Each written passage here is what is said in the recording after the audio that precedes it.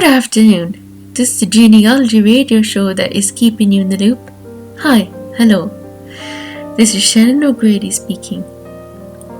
And today I am going to be discussing the Spanish flu and its impact on Ireland. In the years 1916 to 1921 are remembered to be one of the most important years in modern Irish history. Between the 1916 Rising, formation of Dail Eireann, War of Independence, and the Civil War, something big happened globally during all these famous Irish events. This is now known as the Spanish flu pandemic that started rearing its ugly head in the year of 1918 and lasted until 1920. The pandemic wiped out nearly 50 million people in a global perspective. Among the other events that were affecting Ireland at the time, this was a stressful time for the Irish people. The Spanish flu affected nearly 800,000 people, but killed 23,000 in total. Those are people that were affected by their family members getting sick or themselves getting sick, but more than likely recovered. There's still a huge number that were affected.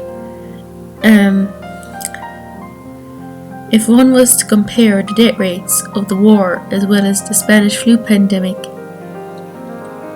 a further 4,405 people died due to the political violence that swept the nation. The Spanish flu is said to have been present in every household in the country. It was a devastation in Ireland that was unfortunately overlooked compared to the Great Famine and other current political events going on at that time. Like the Civil War, the Spanish flu spread like gorse fire. The pandemic consisted of 3 waves. The first wave affected people in a milder context, much like the symptoms of the common flu. For example, one might experience fatigue and the odd aches and pains, fever and sore throat, among various other symptoms. The second wave was a bit more complex, as it affected an individual's respiratory system and those that already had underlying issues with their lungs were the most vulnerable. Much like the COVID-19 pandemic we are facing today, some patients' lungs turned black, which what gave the illness the nickname the Black Flu. When the Spanish flu emerged, many frontline workers such as doctors and nurses were away at war, healing those that had been injured in the war, which inevitably led to a lot of them contracting the flu themselves, because these were emergency situations, obviously, and sometimes they spread it to vulnerable patients, which meant that a lot of people were left without a doctor in Ireland and in other parts of Europe. The influenza had more of an impact on the lower class. Child mortality was higher than normal during the outbreak, but it killed many kinds of people.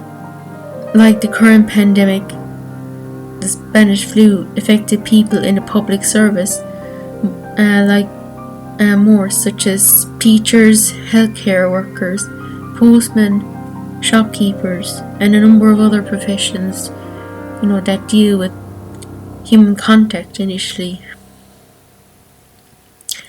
Many labourers that died did not have life insurance, which meant that their families would not only be emotionally impacted from their death, but struggling financially to keep and maintain their homes. Basically, in Ireland in 1918, it was every man for himself, and they had to go to work.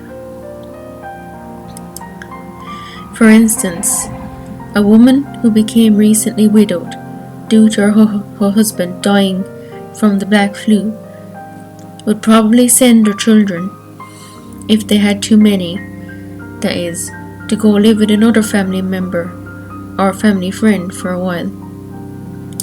Fostering happened a lot in those days for many different reasons, but this was a big factor.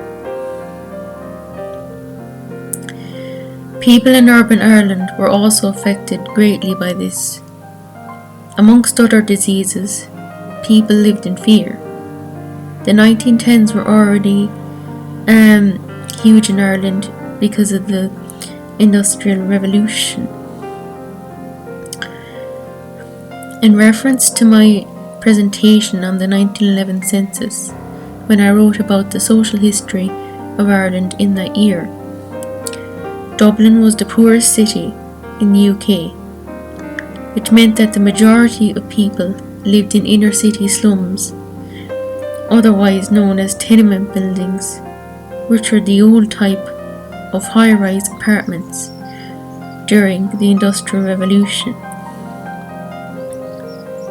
People had many children, and several families could live on the one floor, and one could say that diseases such as cholera and tuberculosis and asthma were prevalent in these areas. So when the Spanish flu came to Ireland in 1918, it just added to the list of the many diseases that people could contract at this time. And one could imagine that a person with asthma, it would make them more prone from contracting the flu. According to Ida Milne, in an interview with RTE, that in the year 1918, the local governments in Ireland issued a notice in towns across the country that listed guidelines about what to do when you or someone you know has come down with the flu. However, the posters were written in academic English. It's not surprising, as government officials were more educated than the majority of Irish people at the time. They didn't consider the fact that many people were illiterate due to leaving school at the age of 12 usually. You were considered an adult by the time you were 12. Probably because of the fact that people died younger. The problem was that nobody understood the guidelines and took no notice of them until Sir Charles Cameron created a more simple notice. Sir Charles Cameron was a famous communicator. He created more simple notices so that the general public is being thought of by the local government and can follow what is being asked of them better. On a side note, the Spanish flu didn't just affect poor, elderly, or even people with underlying conditions. It also affected people who were in their mid-20s and early children, and early 30s, and those would have been considered the least vulnerable in society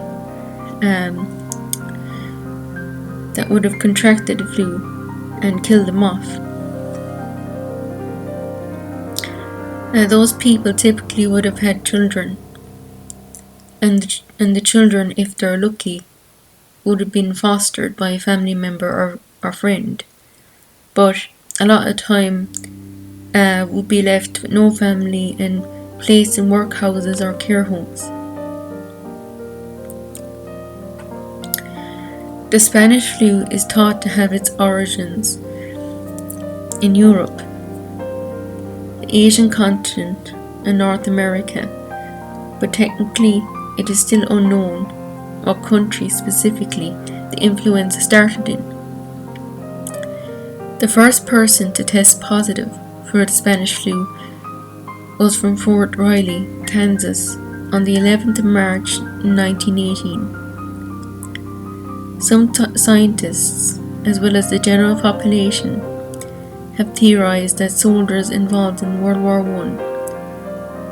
I have contracted the flu and infected other soldiers that they have encountered with were from other countries and have brought it back with them when returning home. According to History.com, American soldiers, approximately 84,000 of them, flew from their base in the States across to continental Europe and were soon followed by more than 100,000 soldiers a month later. So it is understandable that one would come to that conclusion of how the Spanish flu began. Compared to today, there were no effective medication or vaccination to stop or slow the spread of the virus, which meant that there wasn't anything official until 1940, when the first flu vaccine was administered. I couldn't imagine living all that time ago in constant fear, not only of the Spanish flu, but also of other things you could contract or develop, which is what I said previously. It is easier to be careful and keep self-isolating in this pandemic of 2020, as we have the phone, Skype, Zoom, you name it, to keep in contact with our loved ones. And most are lucky to be able to work from home or temporarily stay home from work, because we have the financial protection nowadays. Let's just say there was no COVID-19 payment back then in Ireland. In 1918, depending on your socio-economic background, it wasn't as easy to self-isolate and stay at home from work, because the regular person's house did not have many rooms, so families would get sick of staying in all the time. Plus, in urban Ireland, there was no residencies in towns, and people lived above their businesses, so a lot would have to keep their businesses running to keep their home. The second wave was more fatal than the first wave. After the first wave reached the country of Greenland, as well as parts of Russia that were kind of remote, which is actually shocking, that sparked the mutation of the second wave of the Spanish flu. This flu pandemic was more deadly than others in how the patients that suffered went on their deathbed. Research suggests that victims experienced excessive coughing, spluttering, and even extracts of blood was evident while the patient was enduring a coughing attack. According to Time.com, during the pandemic, a man named Johan Holten extracted a frozen sample of the influenza from a grave in Breivik Mission, Alaska, which was a town that was severely affected in 1918, killing at least 85% of the town's population, which is why the majority of bodies were placed in a mass grave. After testing, Holten discovered how the Spanish flu attacked the immune system of its victims Basically, it overpowered the immune system, basically tricking it into fighting against itself, making it run out of options and fight the virus, and therefore ends up attacking the body instead of the actual virus. That may be the reason as to why the Spanish flu impacted those in their 20s and 30s. The people who were the healthiest and in their prime had the best immune systems, which is what the virus would target the most. Time also explains a village approximately 30 miles from Breivik in Alaska got scared after hearing what had happened in a town near their locality and forced armed guards to use guns on those who attempted to enter the village, and that seemed to have worked, and the village escaped with little to few deaths. Nowadays that would be seen as unnecessary and criminal, which it obviously is, but since there were limited medication as well as no flu vaccine, the options were limited when it came to protecting the town's citizens. Learning what happened during the pandemic of 1918, whether how much it impacted Ireland or globally, can help people understand what is happening in the world right now.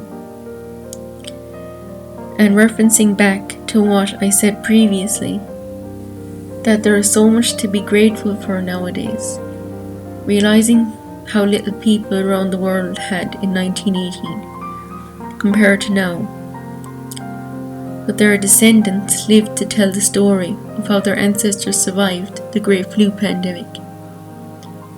Times like these make us realize that as humans, we are social animals, and that we don't need half the material stuff we own.